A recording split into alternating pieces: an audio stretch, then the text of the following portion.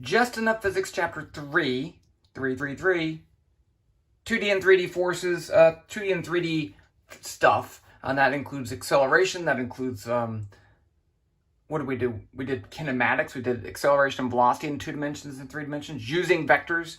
And then I did an example that didn't go so great with forces, but I have a better one. I think it will be better. Okay, this is from Star Wars. And you're like, oh, finally, we get to do something fun. So here we have the ground. And then here we have R2-D2. See if I can draw them from memory.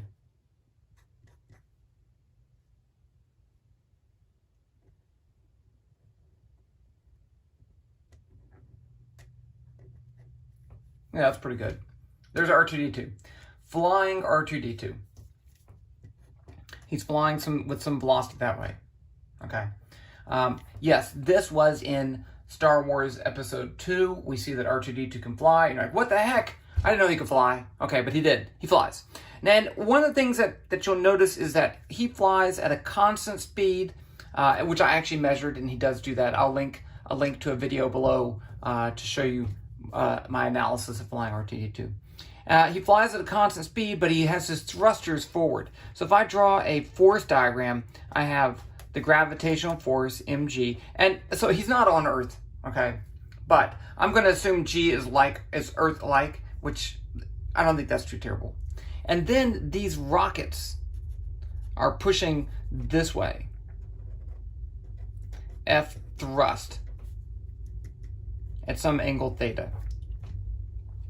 And so here you see if he was flying at a constant speed, this won't work because there's some x component of force from the thrust and there's no force pushing back in that direction, and so he would just increase in speed in the x direction, but he doesn't. Okay, so there is some force pushing back, and let's say that it's the drag force due to air resistance. Okay, now I want to find the angle that he has to push at, to fly at. Now, the drag force, I could calculate the magnitude of the drag force as this, 1/2 rho a c v squared. So this is the density of air, this is the cross-sectional area, which I could estimate from R2-D2. I could guess this is the same as Earth. This is a drag coefficient that depends on the shape. I could guess that too, maybe it's a brick. And then I can measure the velocity. Let's say it's 20 meters per second. I'm just picking a value, okay? But let's say that if I do this and I get something like 5 newtons, that's the magnitude of the drag force, okay? So that means that FD would be equal to -500 newtons. So now I can calculate what this has to be in order to make him move at a constant speed, okay? So I have, I'm gonna need to estimate the mass. I'm gonna say, you know, a human 75 kilograms. R2-D2 is probably pretty heavy. I'm going to just say 40 kilograms. And then the magnitude of G is 9.8 newtons per kilogram. Okay, so here is my force equation. I'm going to say F net equals 0. And that's the 0 vector, which is equal to 0, 0. That should be newtons. 0 newtons. And this is true because he's moving at a constant velocity. So F net is equal to F thrust plus mg plus FD.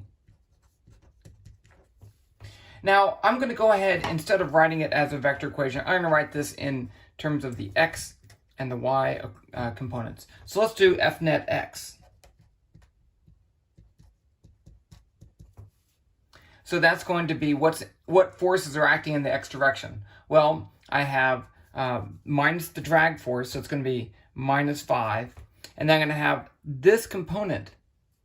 This is a right triangle. The component is going to be ft sine theta. So it's going to be plus ft sine theta. I don't know ft and I don't know theta, and that's fine. But that's equal to 0. So there I have one equation. Now I have F net y, what are forces in the y direction. So here I have a component of the thrust. So this is going to be ft cosine theta, right? Because I'm looking at the adjacent side right there, minus mg. And this is minus because now I'm dealing with the y component of the gravitational force. Now I have another equation. Notice in here, I know m, I know g, I know 5, but I don't know f, I don't know theta.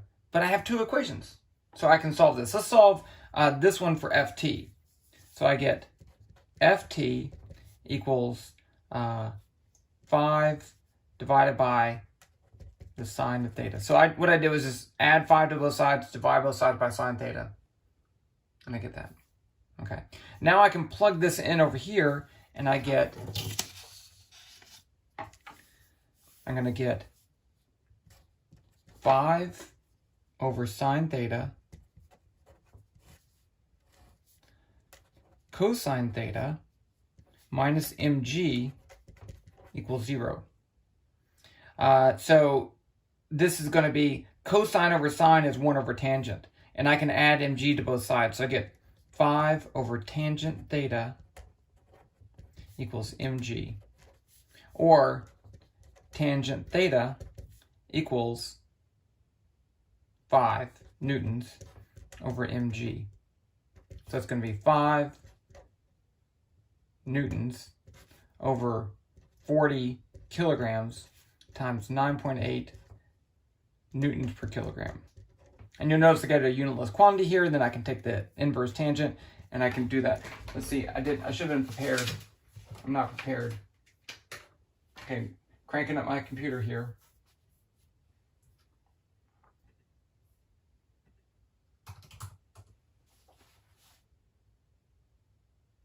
I am still here.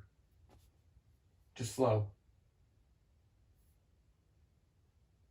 And you know, I've already told you that I like to use Trinket, and it's really, I totally was not prepared. Okay, so let's see. While that's booting up, well, I'm just getting connected to the Wi-Fi. That was a problem. Okay, now I'm on. Nope. Okay, there it goes. Okay.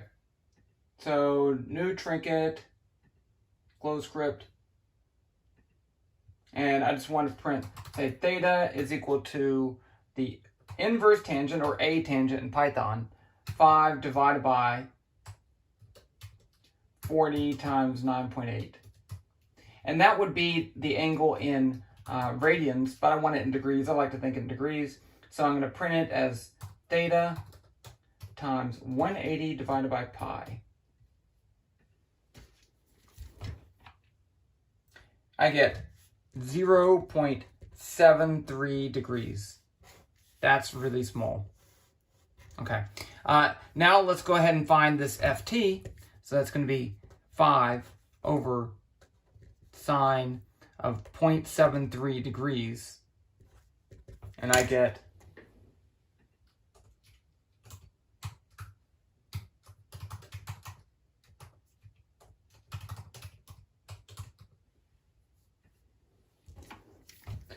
392 newtons. Okay, so does this seem reasonable? Yes, because well, it should be greater than. It should be greater than. This is gonna be like 400 newtons.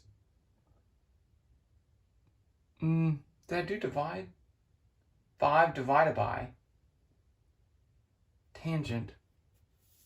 Okay, let me double check. So this is 5 over tangent theta. Tangent theta equals 5 divided by mg. That seems right, but this seems too low. I'm not sure. 40 times 9. Okay, well, let's go back and check that. But this is the one I want to talk about, because this shows that in order for R2-D2 to fly at a constant speed, he doesn't really have to, even if there is significant air resistance. 5 newtons is pretty big for, you know, someone moving only 20 meters per second. He barely has to push his speed forward at all. In the video, he's leaning forward about, I don't know, 30 degrees. Okay, so that just shows how whacked out this is. And I'll link to this later down below, but this is the end of chapter 3. Okay, so we're going to go into the next chapter. I can't even remember what it is, but that's that. And then I'll see you there. Just Enough Physics. Subscribe, like, stuff like that.